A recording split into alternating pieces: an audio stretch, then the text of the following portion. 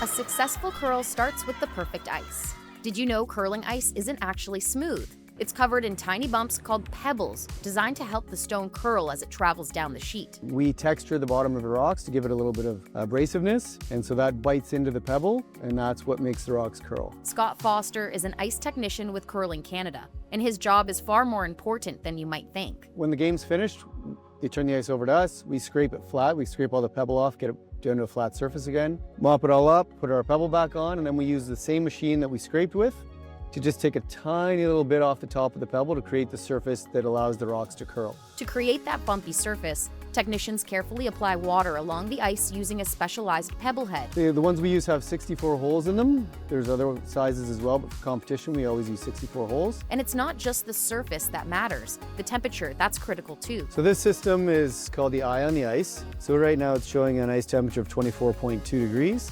And then we have our humidity at 34%. We don't anticipate having to use the dehumidification system here at all this week. Often it's the opposite. If you're, say, on the East Coast or the West Coast where there's more humidity in the air, the dehumidification system plays a big role. Because if you have too much humidity, that creates frost on the ice. We never want our ice temperature to drop during the game or it will have a negative effect on the curl and the speed of the ice. As the tournament heats up, so does the ice. That's why technicians constantly monitor conditions, right down to the size of the crowd in the stands. We will get the crowd numbers from Curling Canada before the draw starts so we can anticipate for how much of a heat load is going to be in the building.